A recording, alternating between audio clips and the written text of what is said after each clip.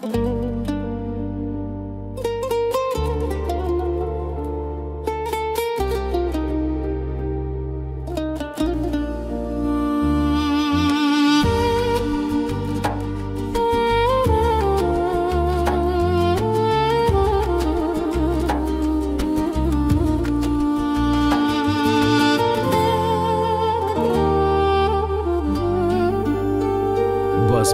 دیجی در آغوش تو میمیرم،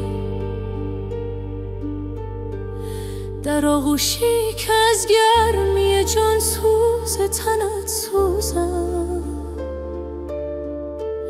در آغوشی که از لبهای نرمت باده ها نوشم، در آغوش تو میمیرم،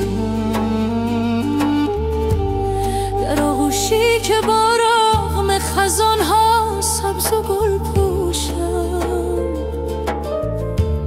در آغوشی که از احساس لرزه های رویش مدهوشم، در آغوشی که بار زندگی میافتد از دوشم، در آغوشی که میگردد همه دنیا فراموشم، در آغوشی که جای داد و فریاد است خاموشم، مرا این گنج دولت است که با تو هم آغوشم،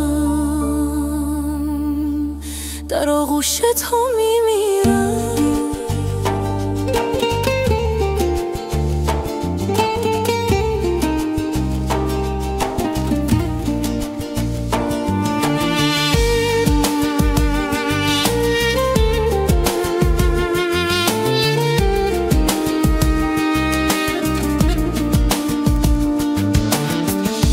از آن ترسم که در سودای عشق عاشقی روزی مرا بگذاری و دل بر کسی بندی که چون باشد که چشمش حسرت دنیای دون دارد، نه شوری در دل و نه سینهاش ذوق جنون دارد، به آنگاه این همه دنیای من کور است، دگر زیستن برایم در جهان مانند گور است، تو بر قصد زمان و خصم نامردان با من باش، مرا از چشم بدبینان در آغوشت پناه بنما، در آغوشی که اعجاز است و احسان است و آرمان است، دلم بر یاد آن روز و شبانگاه سخت پزمون است، که ایزد با تو تقدیرم به پیون است، خوشان ساعت که پیش از مرگ از یک درد شیرین است، در آغوش تو میمیرم، در آغوشی که از گرمی جان سوز تنت سوزم،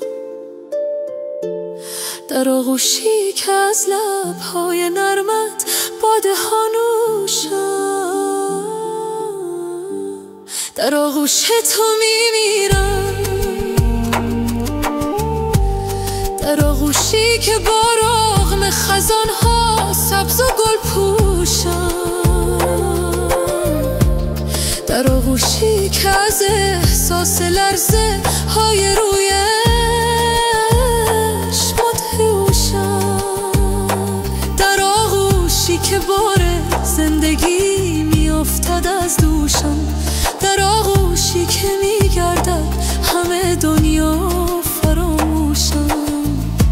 در آغوشی که جای داد و فریاد است خاموشم،